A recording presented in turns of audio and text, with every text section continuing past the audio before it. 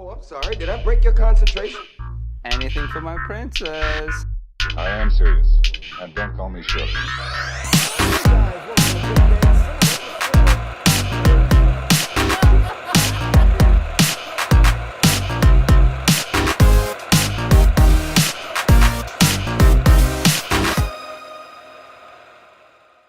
And that's when I told the terrorists, it's just right activist stuff, man. It's fine. About Antifa. It's grandma, actually. Hey guys, how you doing? Welcome to Big Bang Cinema. My name is Isaac Emo Haird Anderson. I am Tyler. I am actually here king. And over here, why don't we let him introduce himself? I'm Chris. You may recognize my voice from Game On every Thursday from 1 to 2 on 89.1 FM. Your source to gaming music, news, reviews, and remixes. His voice is like a hot cup of cocoa down my shirt and burns me, and I'm going to sue the company that gave it to me. Cup of coffee. Delicious.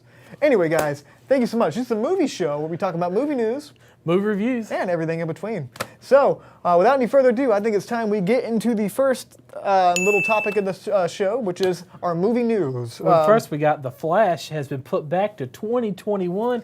Are you telling me DC is having second thoughts about their superhero franchise? Yeah, first off, I think it's a little ironic that The Flash, the fastest person in the universe, It's being so slow in production. has been pushed back so much and being as slow as it has. So, so basically, it's just like it said, it was supposed to come out this year, but it got pushed back a while back. In 2016, there was a guy, I believe his name was Seth Grahame-Smith, who worked on the television show. He dropped out because script sucked. I don't think they even had a script yet, but like he didn't like the way it was going. And also DC was kind of like in the burning ship at the time when they didn't really know what to do. They were freaking out. So then they hired a director, Rick Famuyiwa, I believe his name is. Fontawea. He directed a movie called Dope. Yeah, that guy. Yeah. He directed a movie called Dope, and he left over creative differences. And then Phil Lord and Chris Miller were attached for a long time. Yeah, I'm reading these because there's so many of them.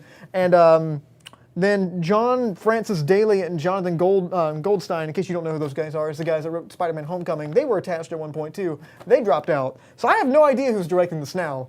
So, and the movie really never even got like a proper green light or like the go-ahead or a set release date. It just kind of like they assumed it was going to happen because they had an actor to play the Flash. And like, I guess we'll make a Flash movie. I don't know. What do you think about this? Do you think this movie will ever get off the ground? I don't think so. I think, honestly, I don't even think they're ever doing a team-up movie. Because I really, if Aquaman peters out and the next Wonder Woman, I really believe they're going to cut off anything that's not Batman.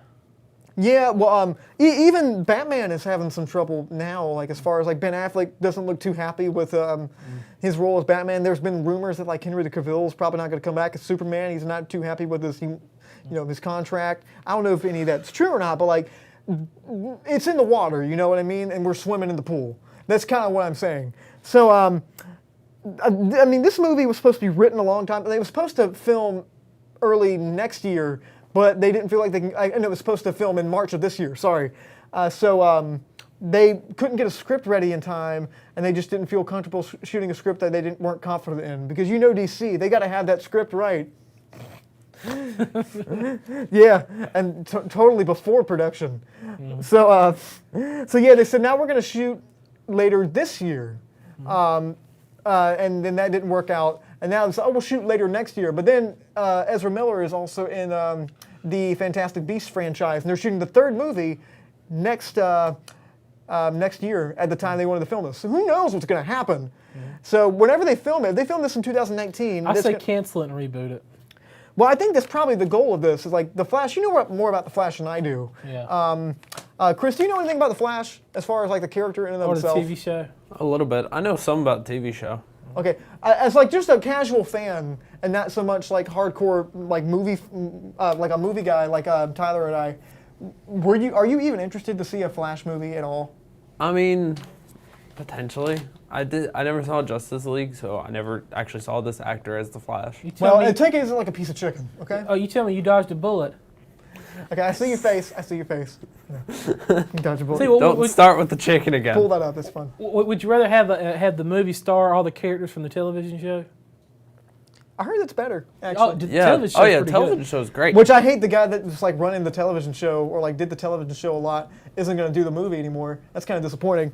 But yeah, I say too, a hard reboot. Just forget about all these movies and just like don't make any more of these movies, DC. I don't care about them, period. But like, just hit the reset button. just hit, I think that's what they're going to do with the Flash. You're going to like he's going to go back in time and change everything, and now all the characters are different and the world's different. And Zack Snyder wasn't involved ever. That didn't happen. What are you talking about? According to some people, he's still around, but I don't think so. Anyway, that's enough about the Flash. Tyler, what's up next? Next, about Christopher Columbus, the man who discovered America and directed Harry Potter, is going to do Scooby-Doo in the Tom and Jerry film. Yeah, well, it's he's slated to do it at least. It's not really. So what I've come to understand about Tom and Jerry is that the episodes have no plot. Well, So you're going to have a 2-hour movie with no plot. it's more like a 5-minute short that you need a Tom and Jerry with, because that's kind of what the original television show was. It was a short during the 40s. People wait for the movie to come on. Like it, the mouse is going to have like a family. He's going to like try to figure out how in the world he's going to get away from this cat. You're going to see the origin story, like people care about that. There is every episode had a different origin story, but I think a lot with this is it's going to be Marmaduke. Like Marmaduke, like the movie Marmaduke. You remember the movie Marmaduke? I never saw the movie Marmaduke. Sir, you have The one with dodged, Owen Wilson. You have dodged the big bullet. Oh, like Yes. is the big bullet the dog that's huge? Oh no, it's terrible. I'm talking the movie's terrible. Okay. See, you have material that was specifically designed for shorts, and you try to drag a whole film out of it. It's just not going to work. Okay, well, yeah, I'm not so excited about the Tom and Jerry. The Scooby-Doo we'll get into in just a second. If you don't know who Chris Columbus is, like you said, he directed the first 2 Harry Potter films. And discovered and butchered in South America. That's not the one that we're talking about. This is Chris Columbus, the movie director, the 60-year-old man that directs these movies. Yeah, he also directed Mrs. Doubtfire. He directed the first 2 and only watchable Home Alone films. But mostly he's known for these. He also wrote Gremlins and the Goonies.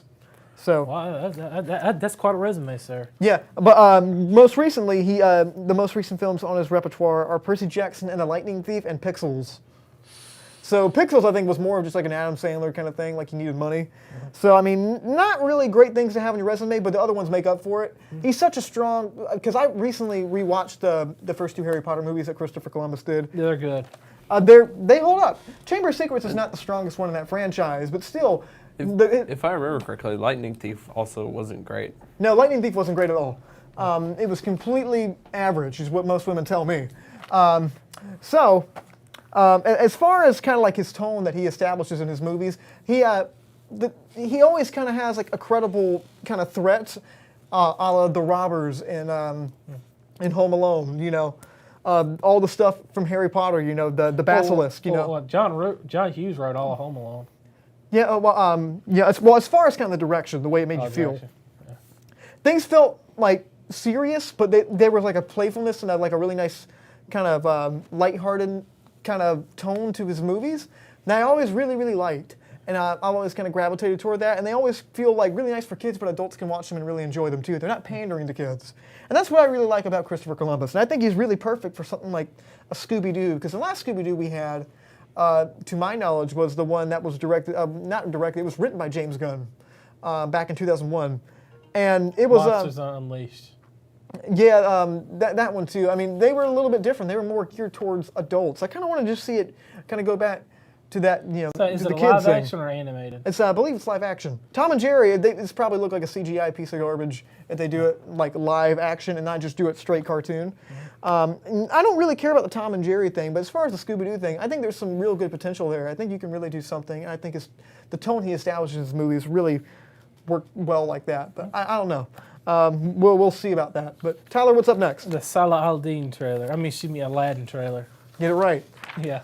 Okay, so yeah, Aladdin, the movie from 1992, the animated Disney classic, is getting a live-action reboot, and here's the first teaser for it. So, It wasn't much of a teaser, but I have to admit it looks like the movie. I've been thoroughly teased by it. So, Chris has some strong opinions I can't wait for you to hear about. Titillated. So, real quick, as we watch the trailer, this movie was directed by Guy Ritchie. If you don't know who Guy Ritchie was, he was married to Madonna for like 2 minutes. And I believe his Lock, Stock. We did Lock, Stock. Like Lock, Stock, and Two Smoking Barrels. Yeah, Lock, Stock. He did the second one. He directed this movie. He also directed the King Arthur movie that wasn't that great. Well, he also did Sherlock Holmes. Yeah, he did a lot. He's got a good repertoire too. Well, he's got bad ones and he's got really good ones. Yeah, but also John August is the guy that wrote this movie along with Guy Ritchie. If you don't know who John August is, he wrote Big Fish and Corpse Bride. That's some good films, right? It's some good films. Kind of similar tones as far as that movie, and I imagine this is kind of the tone that we're gonna get. So if you keep watching this, you're gonna kind of see the cave in just a second. Yeah, notice how there's no step like directly in front of the lantern. Yeah. And watch for a second. And we'll get into that. So Aladdin's about to show up here. And this goes into our next point, seeing Aladdin. This is Aladdin. Yeah. Okay. You see Aladdin? Okay. Real quick before we go on, Aladdin looks like a stinking grown man. He has a 5 o'clock shadow. Yeah, the dude, like I told you, he looks like he shaved like 4 times before he went on set, and he still grew it. This dude looks like 35. How in the world is he supposed to pass for like a 17-year-old? He's also calmly standing essentially in midair. Because like if you remember he might be from standing on carpet. No. The carpet wasn't around this time, was it? Yeah, in the movie? Yeah, he was. The carpet wasn't around at this time. Oh, he was. It was in the cave, right? Yeah. Yeah. He meant He in meant the cave on the after way. he got the lantern. Yeah, but Chris's idea is funnier. He's just standing in midair. So I mean, because like there's no like step before that. Well, that he tower. might have his legs wrapped around here. You just don't know it. He's like, but he wouldn't be there like calmly. He'd be leaning into he'd the be pillar. like this. Whoa! But he's just calmly like standing there, straight up. What if the monkey's like climbing, holding him up on one hand? Yeah, I'm starting to think it is the carpet now, but his idea is way funnier. Yeah. But it's just like there's no way. Yeah, there's no way. It looks like he's just standing directly in front of a green screen, like he's standing right here. Oh, Guy Ritchie was like, that's obviously grab the what lamp, he's doing. which I imagine is CGI too. Grab the lamp. Grab the lamp. Grab the lamp. And like he's just standing, and they're like, we'll put the other stuff in later. It looks like a video game, the other scenery, because it's not rendered all the way. But and every time you mimic Guy Ritchie, you gotta do the Cockney accent. Oh, well, I'm not going to try it because I can barely do an American accent. So, Will Smith is actually going to be playing the genie. We talked about this a while ago. I'd rather have them Robin Williams did it. Well, Robin Williams, I don't think you'd get much of a performance out of him right now. I'm talking about get some, he's going to be CGI, so we just get some original footage and just redo it. Yeah, that's the thing. Are they going to make him look like Will Smith, the genie? That's going to be creepy, isn't it? Is it going to be like blue Will Smith? That's my question. Is it going to be like, like a blue ghost that's supposed to look like, 55-year-old Will Smith or however old he is? Yeah. And that's going to be kind of weird, but I think he does have the charisma for it. I don't think he's Robin Williams, but it's going to be a different take. I hope it's not, like stupid. Hell no, get off that lamp. Yeah, I hope it's not stuff like that. Because he says that. Oh, man, you nasty, man. I hope it's not stuff like that. He says that in every one of his movies. If you listen, he says, oh, hell no, in every one of his movies. I'm not lying. That's what I'm saying. I hope it's not just Will Smith being Will Smith. I hope it's a little bit more like a character. And West Saudi Arabia, born and raised. So, yeah, here's the big question about this. Do you think they're going to stick to the same story as the original movie? Well, I mean, probably so. I mean, they've done with the other books they've done adaptations of stories. Yeah, but like. Oh, now my big question is it going to be the same songs? That's what I want to know. I bet there'll be like 2 new songs, and they'll most likely be like social justice warrior songs. Well, they'll cut your ear off. They don't like your face. Yeah, or I mean, like if you look at the first one, it's kind of like none of the stuff would fly today. I had them for the fish. Everybody had. I know the entire song. Well, anyway, about this. Well, I mean, I'm looking forward to it. I must say, I don't care. I'm probably not going to be the best in the world, but I'm still going to watch it. I'm just really concerned that they're going to throw in a bunch of stuff in there, just like to kind of make it modern times. Look. Political issue, social issue. Just make a good movie and kind of. They're going to put a big wall around Agrabah, and the Sultan's going to be orange. Yeah, and like is that what they're going to do? Jasmine's a strong feminist, and she gets arrested for like protesting women's rights or something like that. Like something that's going to be very dated within like 5 or 10 years, and takes me out of the movie. Who's not if you're going to do that, just kind of like do it where it makes sense in the story. See, and don't make it accurate either, because I mean I don't want to like see nothing but this and Jasmine the entire film. Oh no! Like that, I don't. Oh man, you're gonna get us killed. Yeah. Okay. Anyway, speaking about dying, Pet Semetary just came out with a new trailer. Oh, which I'm looking forward to it. It's supposed to be the next super hit from Stephen King franchise, I guess. Well, if you didn't understand those few words, Stephen King franchise. Yeah. The next big super I was hit. hating on him. I can't get words out anyway. So yeah, anyway, this stars Jason Clarke as man, daughter as woman who can't act. Very sorry, kid. I mean, you're only like 12. She's only 12 years old. I don't want to hate on a 12. There's Gage. That's Gage right there. Gage? Gage. You ever seen the original? Read the book or seen I've the original? never. That's what I was going to ask you. What is Pet Semetary about? Okay, it's about there's the land. Okay, I'm gonna do it in the accent. That's about behind the cemetery, the pet cemetery. There's an Indian land, and the land went south. Well, look at the people when we do it. Every time you plant your dead animal there, it comes back to life, but it's not your animal that come back. It's something else in your pet skin. So that was an accent. Yeah. Yeah, that's the. I know That's the how voice. you know the voice. Yeah, I saw South Park before. Oh, actually, no, that's where I know it's where it's from. I understand. They got it from that. But yeah, John Lithgow is going to play that guy now. Yeah, the original was played by Gwen. What was his name? Gwen. Oh, what was his first name? The guy who played Two Utes. The guy from My Cousin Vinny. Yeah, the judge. I know you're What talking was his about. name? Gwen. I think people at home can Google. They can Google it. But as far as the trailer goes, it looks semi-interesting, I guess. I bet it'll be fine.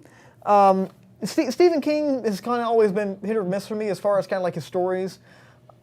Sometimes they add up, sometimes they don't. If you don't know how Stephen King writes, he just kind of doesn't plan his stories before he does them. He just kind of writes them however he thinks they should write and doesn't outline. He just kind of guesses as they go on. So some of them are a little bit more tonally consistent than others, and then other ones just in on big monsters and aliens because he doesn't know how to end the story. So I don't know how this one turns out. And the creepy kid thing, creepy kids never scared me. I always thought that was kind of cliched, like that. And when they sing nursery rhymes, like creepy, like that's always been like so overplayed. This one, it actually looks kind of, it actually works a little bit more because Chris and I were watching this before the show. I'm like, there's a dead dog right there. I'm like, that's kind of creepy. And like they're wearing the mask and everything. That's kind of weird. So did a good job. So the whole plot is that the cat gets killed. Guy buries the cat out past behind the pet cemetery where the Indian land is, because nothing grows out there. Cat's back at the doorstep the next morning. And so it brought the cat back, but it's undead and there's something in it. That cat looks so mad. Yeah, that's the dead cat. So You can't get a performance out of a cat. So man. his son gets run over by a There's truck. also the ridiculous line during the trailer, "The ground is bad." Ground is bad. Yeah, he goes. that was a bad line. Yeah, that line was The horrible. ground is bad. Yeah, the land went south and the ground is bad. So, but yeah, that's not going to be all. It's like the man got lazy. He didn't want to take the milk from the store no more. He wanted to deliver it to his door. Getting with the wives. Yeah. So anyway, guys, that's going to do it for our movie news segment. If you have any comments you want to leave us, you can leave us a comment right here on Facebook, facebook.com/studio67ncc. Not .edu. We would love to, it's what it's on the screen. Well, you're watching this right now, most likely. We'd love to hear what you guys have to say. But anyway, we're going to take a really quick break. When we come back, we have a lot of fun coming up for you in a segment that... Who got rights? well, don't spoil it for people. We have a segment after this that you don't want to miss, so stay with us. When it comes to culinary arts, Nash Community College is here to turn your burning passion for food into a career. Our chefs, with over 70 years of highly qualified industry experience, are here to point you in the right direction, teaching and handing down classical culinary techniques that will improve your skills and help you cut your way into the food industry. Gain invaluable experience, vital to cooking and preparing delicious food, served in a personal and creative environment. To learn more about the Culinary Arts program, visit nashcc.edu.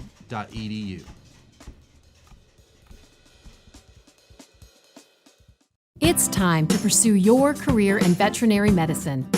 Nash Community College now offers an Associate in Applied Science degree in Veterinary Medical Technology. This is your chance to become a registered vet tech and work with a variety of animals. Learn about radiology, client education, animal wellness, treatment, laboratory techniques, anesthesia, and more. Now accepting applications.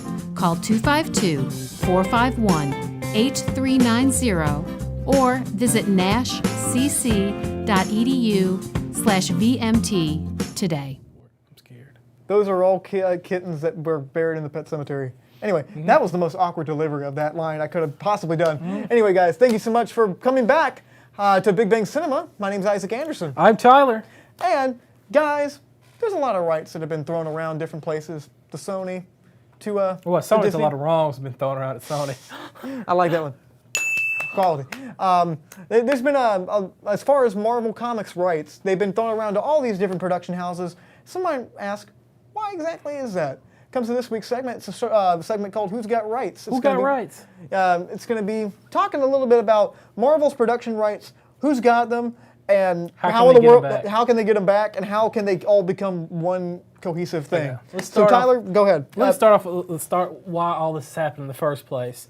Back in the early 90s, Marvel got a new president, and he tried to market the mess out of the company. They made restaurants, they made merchandise, and then about this time, people's old comic books from the 40s started worth thousands of dollars. So a lot of comic fans are like, if I buy a copy for me to read and a copy for me to keep sealed up, one that's me worth a lot of money. So sales were going up because it doubled because everybody bought them before was buying 2 or 3 of them at a time. So they decided, let's make variant covers. So you had one issue that would have 5 different covers for it. So people would buy those 5 covers, and then it got to where they're making so much of it to keep with the demand, they're worthless. There's so many out there. The least valuable comics in the world coming from the 90s. I mean, they're cheap. I mean, they're worth less now than they were when they were bought. So and then it hit. Everybody kind of realized, like, they're not going to be worth anything. So the sales dropped off, and Marvel, all the extra money, had tried to franchise itself, and it failed.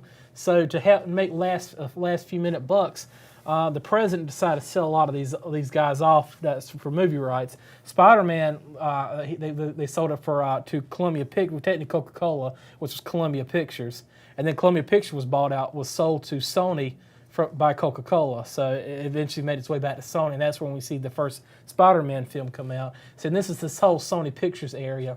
Over here, Universal had bought the rights for the Hulk. Namor, no one's actually sure where Namor's rights belong. There's arguments, discussions.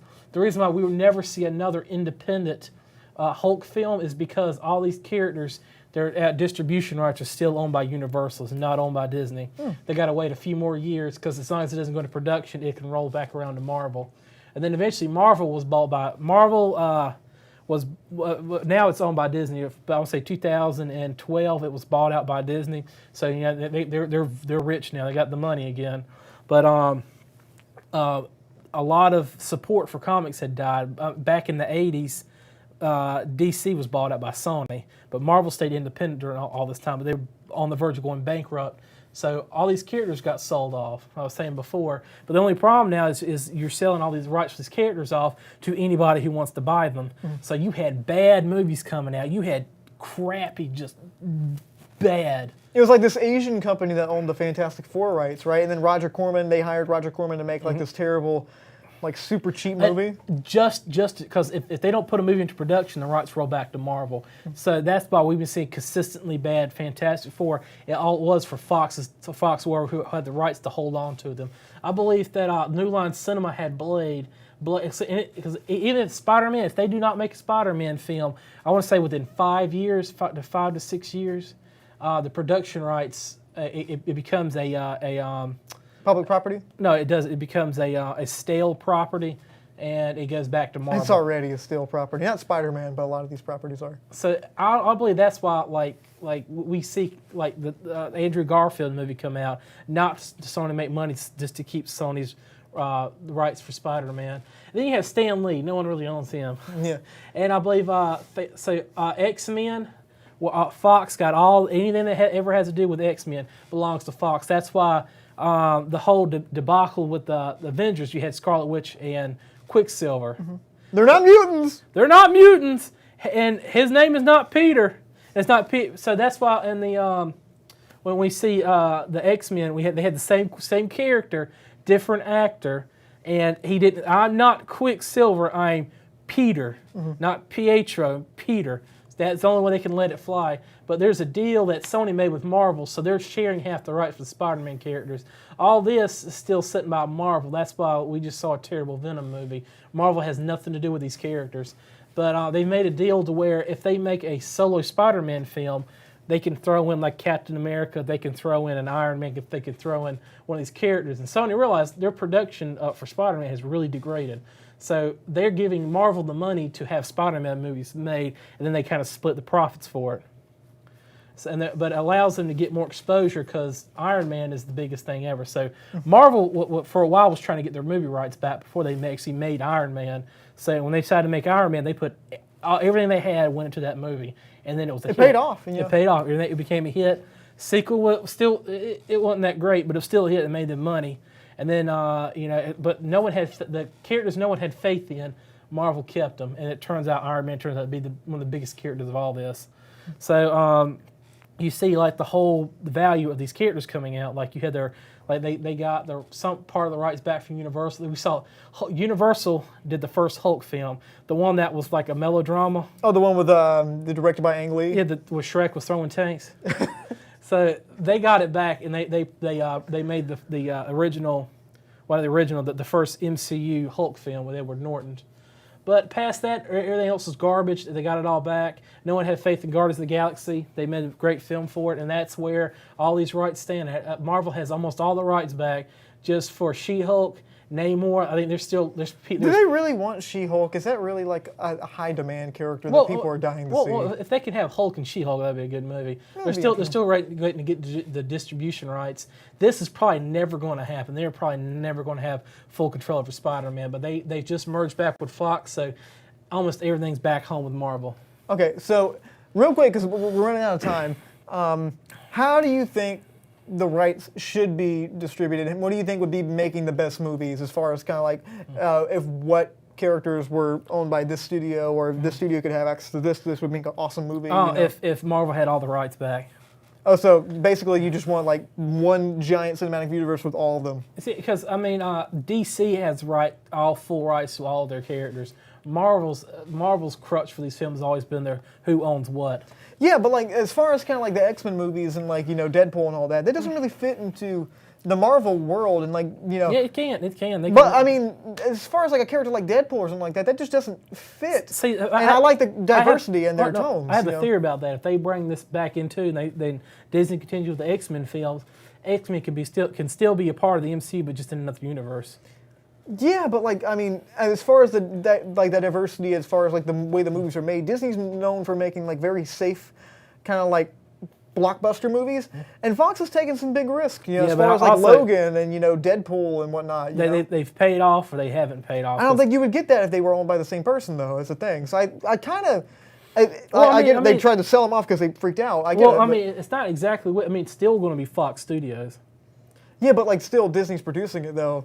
Don't you think they want to try to market that? Well, I mean, I'm pretty sure it could be like Disney, but Fox Studios, like that Disney corporation right up under. So what they can do is just keep the same pattern. They keep the same people on. Just do what you did before. It's just now, you got bigger backing from Disney. I don't know. Guys, let us know what you guys think on Facebook.com/Studio67NCC. Leave a comment on this video. We would love to read it. Maybe we'll talk about it next time. Who knows? But anyway, thank you guys so much for watching. Big Bang Cinema comes on every single Thursday from 4 to 4:30 right here on our Facebook page, YouTube. You're probably watching this around campus. If you're watching this on campus, wave hi to us. Who owns our rights? Andrew Small. Guys, thank you guys so much for watching. I really do appreciate it. Next week on Quick Flicks, we're going to be reviewing Halloween, the soft reboot of Halloween. Oh, I'm excited for that. And tune in tomorrow, Friday, October 19th. We have 2 Quick Flicks coming up at 9 o'clock. We have Venom and First Man. So, do you have any predictions about Halloween? What's going to take Mike Myers down in this one? I say osteoporosis. Because the man's 60. Well, got to be 60, 70 by now. Oh, Jamie Lee Curtis is most likely going to be cooped up in the bathroom because that activity is working. Yeah. But guys, thank you so much for watching. Oh my gosh, you did the activity commercial. Well, this is Tyler. Have a wonderful day. Okay, thank you guys. Stay lovely.